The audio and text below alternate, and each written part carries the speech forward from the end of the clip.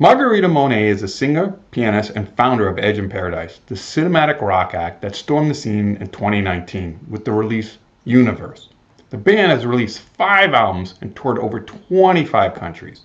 Margarita is also an artist and has released a graphic novel that brings the story of the band's 2023 album, Hologram, to life. Welcome to the show. Margarita, thank you so much for being here. We're so excited to have you on the show. And we'll start this the same way we start every episode. And can you tell us a little bit about your creative journey and your origin story? Thank you for having me. So, I originally started in music with classical piano.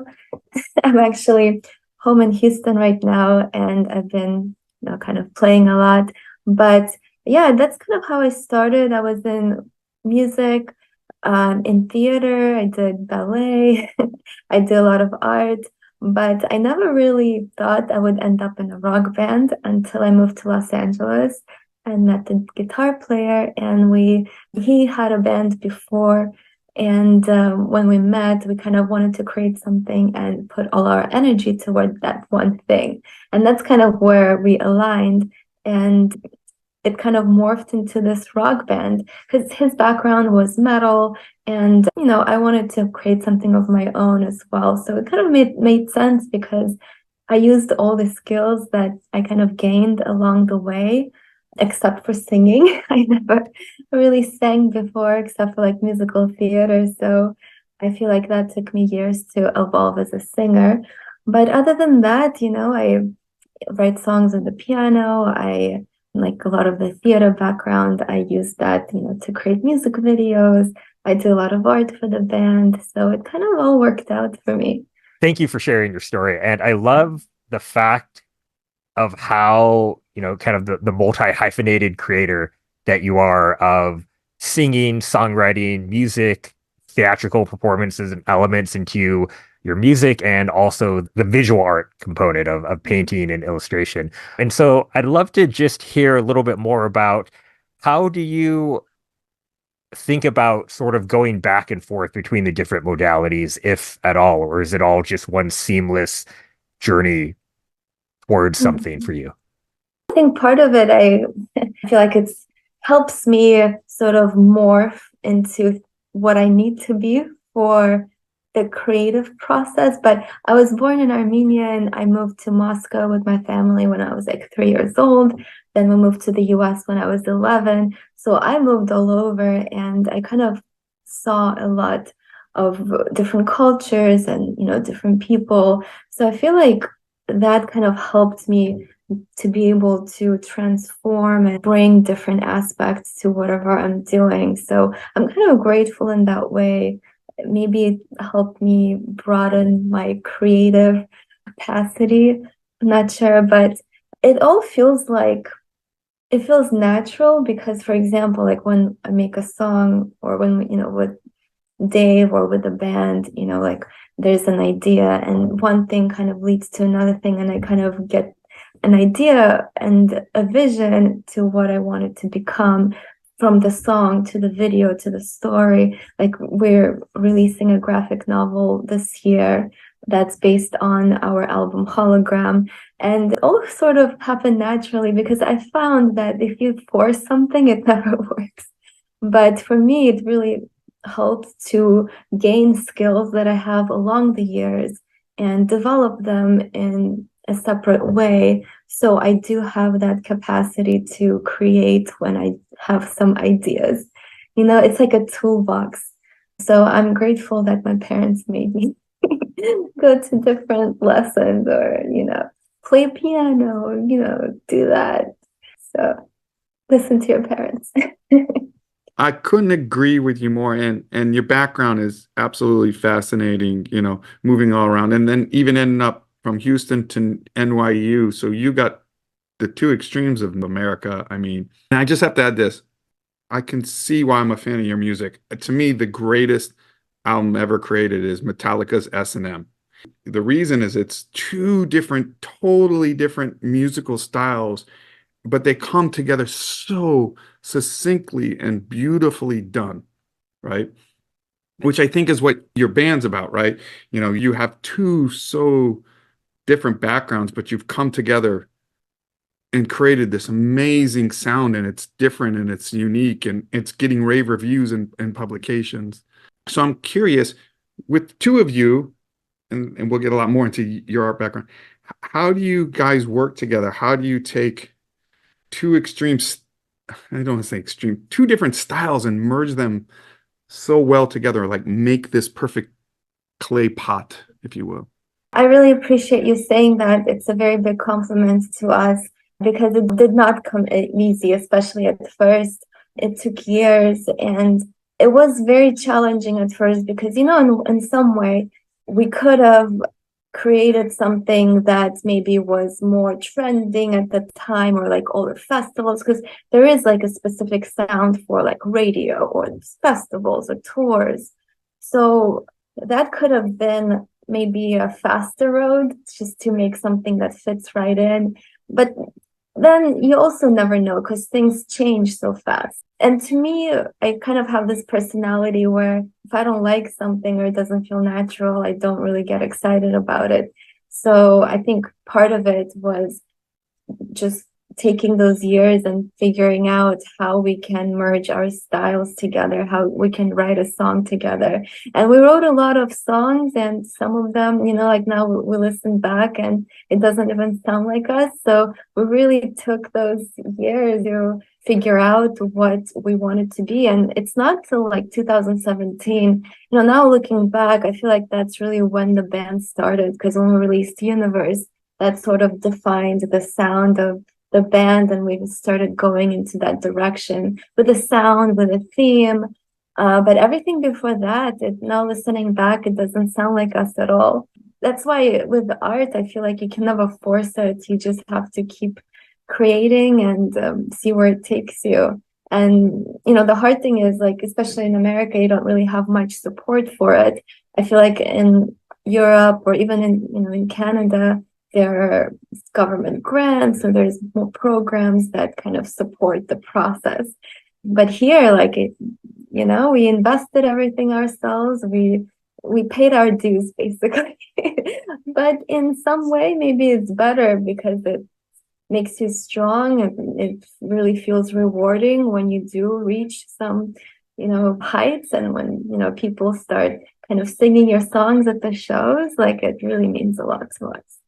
That's super cool to hear, Margarita. Thanks for sharing. And to kind of maybe focus on something you shared, you mentioned, how it was difficult, especially at the beginning. You hadn't built the rapport yet, with your collaborators, your, Edge of Paradise. And how did you get through that rocky time? Because it sounds like you definitely, you had a vision, and it took time to actually, and time, money, years to really get to a place that it sounds like you were really happy with. How did you get through that long slog of songs that don't really feel like you in retrospect? Just didn't give up. That's how we got through it. Well, I mean, in all reality, I feel like that's a big part of it, because if you don't have a plan B, then you kind of have to keep going, and you have to figure it out, and you have to just keep evolving as an artist, and you have to do it because you love it. I mean, I really love music. I really love creating. I love making videos. And a lot of the times, like sometimes Dave and I would get into arguments because I would plan something and he's like, we have no way of doing this. And I was like, well, it's already planned. So we had to figure it out. And somehow we did. Like, I feel like if you have the love for it and the passion and the drive, you sort of make things work. And never giving up, because when we started, there were a lot of bands that we kind of followed or looked up to, or just kind of, seen, also newer bands, and so many of them, they don't exist anymore. Some bands we thought for sure would have, made over that hump. And like, some bands seemed like they were blowing up and then they just disappear. So I think part of it is having a really strong foundation. Like right now, we have so much past that there's no way we would quit, because you can't just, it feels like you built a mountain. You can't just quit. There's too much history now.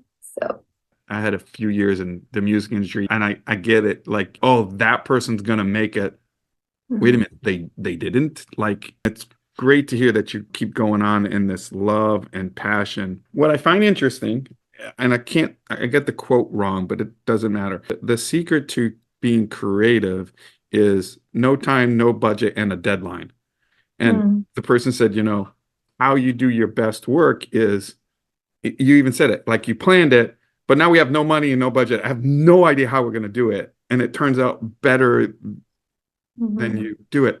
So I'd love to hear how you plan it and then just attacking it, because your stuff is gorgeous. I figure that's a lot of you, and musically, how do you, okay, I got a plan. Well, Dave, we're going to do it. Like, can you take me through how you, I call it creative tension, how you work through your creative tension with each other to create the things you do? Well, part of it, I learned how to do a lot of it myself. For example, like I learned how to edit videos. And I feel like, my background in theater kind of helped me. Like for music videos, I do a lot of, like I make some of the props. I do a lot of like design stuff. And then I learned to edit. So that already kind of cut the cost. And, the more you do it, the better you get.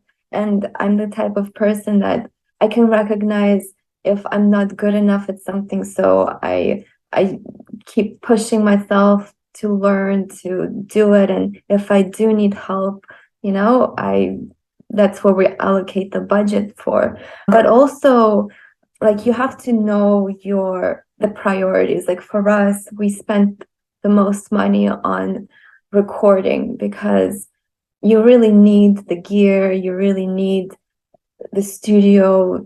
We brought in a producer when we could, like when we were able to, because the producer, it's really important. Even given the producer we work with, like Howard Benson or Mike Plotnikov, even, they say with a band that we come in and we know what we want. So like we already have a song, we already have everything, but it's still important to have that outside perspective, because sometimes when you're so connected to the song and the project, you kind of lose sight a little bit. So for us, that was really important to have that outside voice to tell us when to take out something or, kind of guide us, and to make sure the production quality is there. Like we work with Jacob Hansen in Denmark. He mixes all our music, so we just kind of pick and choose where we have to spend money. And then, we worked to save up.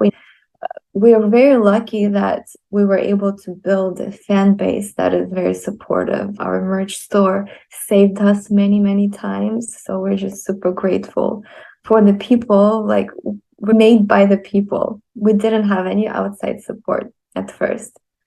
Even now, it's just by the people. So we're extremely grateful, and we'll never forget that that's where we started, and we wouldn't be here without the support of the people. I think the gratitude and generosity comes through with all of the work that you do, both as a band and yourself, Margarita. You mentioned sort of that discernment of knowing when there was some place for you to improve, and then you could do it. And then sometimes you're like, you know what, we actually need an outsider, or we need a skill set that none of us have. But you also seem very clear in the direction that you want to go. How do you maybe parse that difference of when maybe someone from the outside is like, oh, I think this might be the better route? And then how do you know when to say, you're right, we should go that, and actually that's not helping us get to where we want to be? I think that comes with years of doing it, because and on both sides, like sometimes we trusted the wrong people. Now looking back, they made us, maybe led us on the wrong path a little bit, or just a different path, or sometimes maybe we didn't trust someone enough. So I think through experience, you kind of learn. Also, when you get to know someone, you sort of know if you can put your trust into them and their guidance. So with us, I feel like well, for me, sometimes I kind of know where I do need that guidance, that help, and I do let someone lead me. But if I really believe in something, like for example, on our last album, The Unknown, Neil Sanderson from 3 Days Grace, he was co-producer on the album. And on the title track, The Unknown, he was suggesting to change some of the words and just some part of the song. But for that song, I just felt so strong about it. And I was like, that's like my soul. I'm not changing it. So when it's something like that, and they respect it, because at the end of the day, it's your art. So people do understand. And if it's the right fit, they do know when to leave the artist to kind of lead the way. But when you have that relationship, it sort of becomes natural when you are like, okay, I'll trust you on this. But on something else, maybe they're like, okay, well, that's your art. You do what you do. But like, for example, on album artworks, for example, I never do any of that. Like, I would love to have an outside artist to bring in their perspective because it makes what we're doing even richer. Like, I'm a big collaborator in that regard. Like with music videos, like I bring the ideas, but I love to have the outside input. Like if we working with a cinematographer, a director. I mean, at first, just because we were doing everything on our own, I did do a lot of it kind of on my own. But as you evolve, the bigger the ideas, sometimes they grow in a better way when you have that outside collaboration. And that's when you decide who you're working with. So you have that trust. I think you hit it on perfectly. It's a trust thing, and it's learning the trust of people. And you need, as a creative person, someone to push and you to push back, right? Mm-hmm. Which creates a better everything. If you just sit home doing by yourself, right? Curious on this. Like before the show, I was watching the song Hologram again. Like the video's so cool. And as you're saying, cinematographers and everything else. Are you designing a lot of the costumes yourself and the outfits you have? Is that from you yourself? A lot of it, yes. Did a lot of it. I made some of the props. I customized a lot of stuff that I would find online, but also like I like to kind of surf the web and find cool designers, and a lot of them are out of the country. And you kind of start connecting, and these days it's so easy to send a message and like, hey, I'm creating this music video and I have this idea. Can you help me make something in this way? So that's actually how I bumped into you. I was talking to one of the artists that we were going to get, and you were like, can you make a mic stand? I had like this idea concept, and the two of you, I want a mic stand that does this. And it's the guy who does these. And you were like, oh, that's cool. And the two of you started having this conversation of a mic stand. yeah, because we have a tour coming up. I want something to kind of wrap around. And he makes, like, I'm a big fan of what he does. So yeah, I mean, it's kind of how you start the conversation. And I think that's awesome because meeting other artists, it just makes everything cooler. And I'm always very open to talking to people. To kind of write off that, Margarita, do you identify as an extrovert? Because I know there's a lot of creatives who feel a lot of fear or apprehension about collaborating, not even just collaborating, but even going up to approach other creators who are making something cool or, who might be a great resource. But there's a lot of people who are like, oh, I don't like necessarily talking to people. Are you naturally really extroverted, or are you one of those introverts who happens to just be a great performer? I'm definitely not an extrovert. I'm not that, but I do love people. I do love talking to people, but I mean, it's hard to say. I love the creative process. I love to talk to creative people. I love to work with other people, but I'm not the type that like goes out and just goes out to parties and likes to do that. I'd rather like sit by myself in my room and like create something. But when, for example, when we're at the shows, I love to go out and talk to people like at the merch table or just go out and meet people. It's very fascinating to me when someone follows your art or your music and you have that common thing that you connect over. So I feel like that's easier for me to connect with someone when there's already that common ground. Like to go up to an artist, it's not like just going up to anyone. Like you already have that common thing. So it's much easier for me to kind of approach artists and just people when there is that common ground, I would say. In the old days in music, that's where I used to work.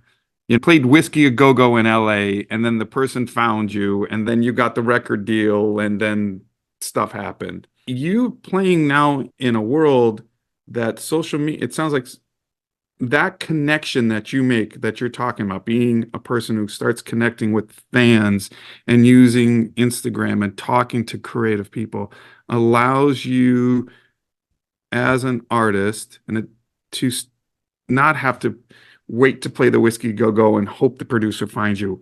That you've been able to build a career and a fan base and a following that is just as successful and probably more so creatively in this new world. It was really like a new world because it's not like no one found us and like put a bunch of money and did that, you know. So I feel like these days it doesn't happen very much. Or, you know, we did have a label that gave us money, but it was kind of like a bank. And then, you know, we had some problems with it. So now we're free and we're going to have another label partner. But what I'm saying is that I don't think these days you can't rely on having a company or a label or something. Just go and you feel like, oh, that's it. I made it. Someone gave me money. Like these days, it's all really up to you. Well, especially, I mean, at least what I found. And we've been in this for, you know, quite a while, but it's really up to you. And, you know, if you do have that someone that gives you money, it's really up to you to do the right thing with it to keep growing. Because at the end of the day, other people, you know, they want to make money off of you. So, you know, our focus is what we want to create, how we want to grow. And it's like a business, you know, we allocate funds into what we need to make. But it's a different world for sure. When we started this Spotify, just kind of, we were like, we're not putting our music on Spotify. What's that, you know? And now it's kind of became the way you can't avoid it. So things change so fast.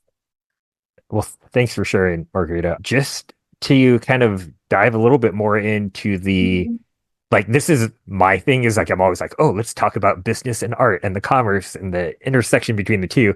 Have you always, like, when you started the band, were you very thoughtful around that business aspect of it? Of like, oh, how are we going to actually make money? How are we going to, or was that something that as you grew, you sort of had to upskill yourself in? Definitely as I grew, because I was really young. I was just turned 21 and I wasn't really in this business at all. I mean, yeah, consciously you kind of think that way, but we were at the point where like making money was kind of a far off thought because we were realistic in a way that we knew that we had to have a strong foundation. We had to do a lot of investing to really create something so we could like make money with it down the line. And realistically, I feel like it takes 10 years to really get something off the ground. And, you know, sometimes there are overnight successes, but it's really rare. And sometimes if you think it's overnight, you don't really know the history behind it. So I feel like we knew that and we learned very harsh lessons. We made a lot of bad decisions business-wise, and you learn from it, you know. But now it's kind of like you kind of see a mile away if something is a bad idea. And I feel like it's even more important now because you're at kind of a different level and the mistakes are more costly. So I feel like it was good lessons to learn because now we'll be able to really avoid the bigger consequences, I would say. From a business perspective, if you don't mind telling us, what are some of the early mistakes that you made so others can learn from, that got you here?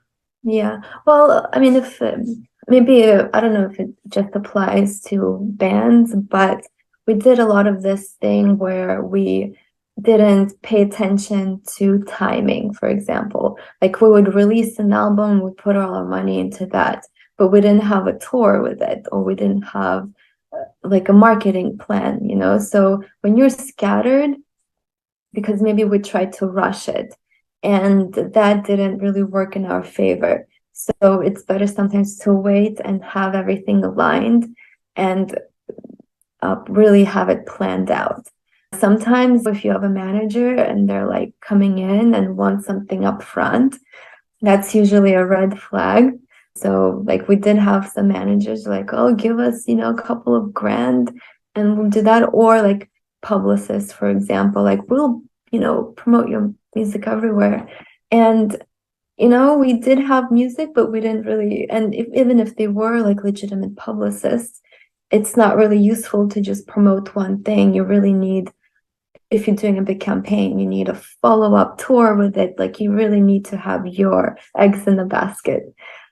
So maybe sometimes we weren't prepared and it was our fault, or we trusted someone preemptively, like don't rush into things. And that's hard to do because sometimes, like these days, a lot of people prey on artists, and that's a negative thing. But don't rush into anything. Just really do your research. And if someone really wants to work with you, they're not going to just leave. Kind of have them prove themselves first. And that's a hard thing to do, you know. But if a manager is interested, you know, don't just like sign everything away, or a label. Like in a way, know your worth. I think that's super helpful because I think so many people, to your point, see that quote unquote overnight success that's actually been working super hard for 10 plus years. They see just, oh, they just took off. I need to catch up with that. Right. And we're so used to seeing on social media that immediate result. And so people are really desperate for when someone comes along and says, oh, well, you know, I'll sign you to my label, but like pay me up front. People aren't even questioning that because we all want to quote unquote make it big or have that break. For people that may be overly scared, you know, I think definitely the do your research, make sure someone's trustworthy before you trust them is great advice. What are some other signs for you when you do your research? What does it look like to you when you find someone who is trustworthy? Well, I mean, first of all, if they work with people or bands you know with, or artists you know with, because these days everything's online, so it's kind of easy to look someone up in that way. But also you kind of know when you talk to them, if they're pushy, you know, that's kind of a red flag a little bit. But at the end of the day, you also have to recognize that like we invested a lot in ourselves, and we worked, you know, different jobs to have money to, you know, invest in promotion and that sort of a thing. So when someone did come along, we could recognize that there's potential money to be made on their end, because you can kind of tell if they want something upfront because they know there is no future for them, then they'll just take your money and run away. So you kind of have to build up value enough and recognize that it's a long-term game, because something short-term, you're never really going to get anything out of a relationship, I feel like, whether it's on the side of a manager or a label or producer or whatever, you know, it comes down to it. It's everything's up to you these days. All comes down to that in some way. It's like you do your due diligence, and there's also these click moments when you find people that you kind of click with each other. It's the creative tension. There's good and bad in creative tension, right? So when you have this creative tension and it's going positive. At any point, do you often question yourself, this is getting too good? This is So too, good. yeah, is it ever get, you know, I've met many people that, okay, everything's getting too good, something's gonna go wrong. And Oh, I get it all the time. You usually just creative gotta people be, do, yes. I'm wondering how uh, you deal with that. I wish I didn't have that because sometimes it ruins your day because you just want to enjoy it. Yeah, but you're right. I feel like some creative people, more creative people, they have that anxiety about them. Or you think like I think too much. And I was always like that ever since I was little. I'm like, what is life? And I feel like when you think that way, you kind of overthink things. But I do have to say that, I mean, every level you get to, there are more problems. Well, I don't want to say it's problems, but there's also always something to solve. So I feel like over time, it kind of strengthens you where you kind of foresee something that's going to go wrong and you kind of learn to take care of it. So now I I worry about things I shouldn't worry. Like I worry about irrational things, but uh, I'm much more calmer on like the band side of things, because I know that something will go wrong. It's just unavoidable, but I know how to handle it. Or I have people that are in this with me and we will handle it together. So having that mindset really helps me because you're not like blindsided. I feel like when you're blindsided, that's when it kind of knocks you off your feet. So having that kind of rational mind of, I'm going to enjoy this, I'm doing this, I worked hard for this, and if something needs to be fixed, we will fix it. But we've hit deers along the way on a vehicle, so now I'm afraid we're going to hit a deer. So on the last tour, I went on Amazon and I bought deer whistles. And I don't know if they did anything, but we didn't hit any deers. So there you go. While that might seem like that's a really funny story. And though it shows that I think something that's been really remarkable about having this conversation with you, Margarita, is your ability to hit a road bump, or in this case, a deer, and then take corrective action in order to keep going. Even though you say, oh, that might be quote unquote irrational fear that you're going to hit another deer, where you're like, all right, this might be irrational, but what could I do? What small step, going on Amazon to find deer whistles, what thing could I do to prevent that? And I think a lot of creatives can hit those road bumps and then get totally derailed.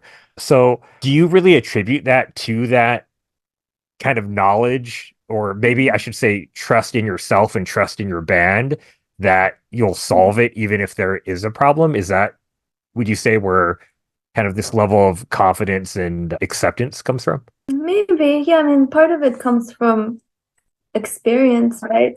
And then part of it comes from just kind of trusting in that, in yourself. But maybe part of it comes from just living in New York by myself.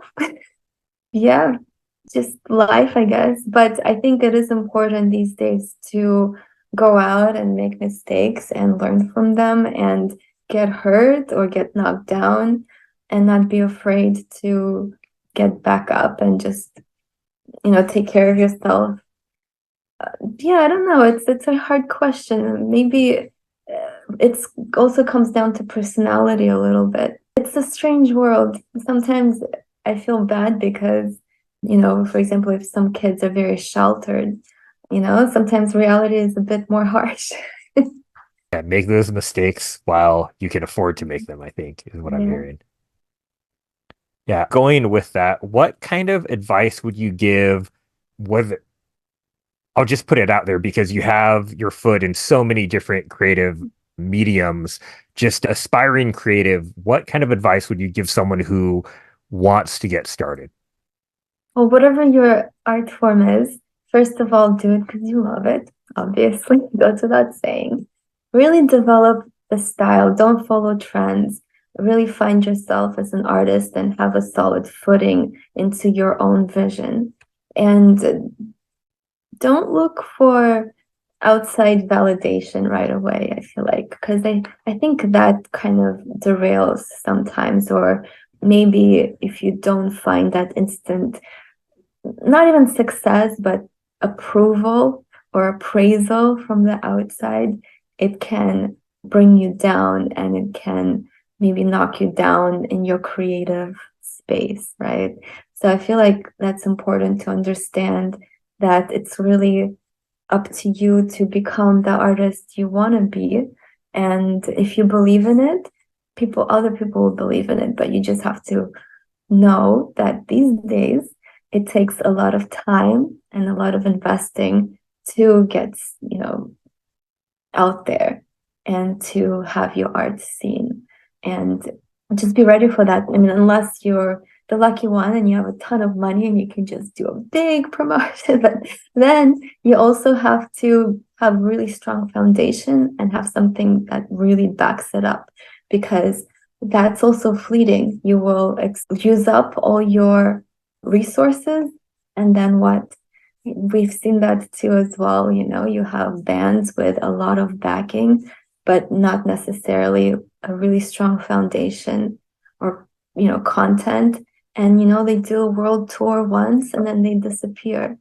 So I feel like it's all comes down to creating something you really believe in and developing your art and really, being proud of what you do, because that's what's going to speak for itself. I want that on a t-shirt to wear it every day. That's so beautifully said. Margarita, I've been doing a little research on you, and I've been blown away by where you came from, and then, Russia, piano lessons, and then Houston, and then moving to New York by yourself. But the part I find the most fascinating about you is, and Rick was hitting on it, you have your feet in everything, all these creative endeavors, right? You really learned how to express yourself. I'm curious, what makes you do that? Most people get stopped, or someone says, oh no, you got to be a painter, but you haven't, or you got to be this. You've done an amazing job of playing in everything and flowing in everything. And I'd love to hear someone who's traveled the world and her whole life and now doing it professionally and playing all this stuff. How do you do it? How do you manage it? How'd you get there? Well, it's hard. I have to say not easy, because everything takes time, right? So yeah, and like I would like to do even more if I could, but there's not much time in a day. But like ever since I was little, like, and people did tell me, they were like, oh, you have to choose music, or you have to choose dance, or you have to choose theater. And I did choose, I went to college for theater, but I missed music. So I just know what I love and I know what kind of fulfills me. So I think naturally I eventually morphed into that. I sort of created that thing, or the profession. I don't know. I like, for example, at NYU, right? If you don't know your major, they have a school where you can literally go to and you form your own classes and call whatever you want it to be. And sometimes it's like gimmicky, but it's kind of what I did for myself, because I knew that I like doing these things, and in my head they all work together. So I morphed the band into that. And at the beginning, I didn't do a lot of that. At the beginning, I focused just on music, but then I kind of found a doorway where I'm like, okay, now there's an opportunity for more art. And now there's an opportunity for more like cinematic videos where I can bring in my theater background, Now I see a window to do this. And these days, it helps, because the more content you have, or the more vision you have, the more chances you have of being able to live off of what you're doing, I feel like, realistically. So I think just having an open mindset and creating those opportunities for yourself helps me. Even as a singer, like, no one really taught me how to like sing in this style I sing. Maybe if I went to like a music lesson early on, they would be like, "Oh, don't do that. It would hurt your voice. Don't do this." And that's a good thing, right? You have someone guide you. But for me as a singer, like I feel like I evolved a lot because I heard a melody in my head and I'm like, I need to figure out how to do that with my voice. And it took a lot of trial and error. I really pushed myself and I got my voice to the point where I could do things that I heard in my head. So I feel like with art as well, like I see something I want to do. I'm like, okay, I got to figure out how to create that thing so I can include what I want to do and the skill that I have. I think you're doing a great job of explaining it, Margarita. So where can people find you online, and where can people listen to your music and see your art and just generally get in contact with more Margarita? Thank you. Well, we have a website, edgeofparadiseband.com, and a lot of links are on there. You can find my art, you can find our tour dates, music videos. That's kind of a central location, but we're everywhere. We're on Facebook, we're on Instagram, we are on TikTok. But yeah, anywhere you listen to music, follow us on Spotify, and look out for a graphic novel that's going to come out around February. So we're really excited about that.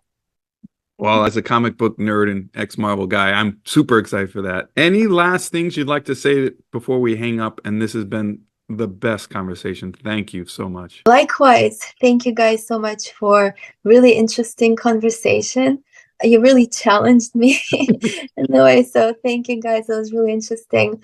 And I just want to say that thank you for doing this because it's so important that we do have these conversations. And thank you for spreading the art and the music. Without you guys, nothing of it, nothing would exist. Our art and culture, it wouldn't thrive. And I think it is because we do have people like you and artists. So I'm just really grateful to be a part of that world. Thank you for joining Rick and myself on another episode of Origins, A Creative Journey, a DesignerCon production. Please like this video, subscribe to our YouTube channel, download and listen to us every place you get your favorite podcast. Follow us on Instagram at Origins, A Creative Journey, all one word. Drop us an email for thoughts, ideas, or maybe somebody you'd like us to interview at dconpodcast@gmail.com. And make sure you join us in Las Vegas for DesignerCon, North America's premier annual design convention. All the information can be found, including tickets, at designercon.com. Till then, enjoy your own creative journey.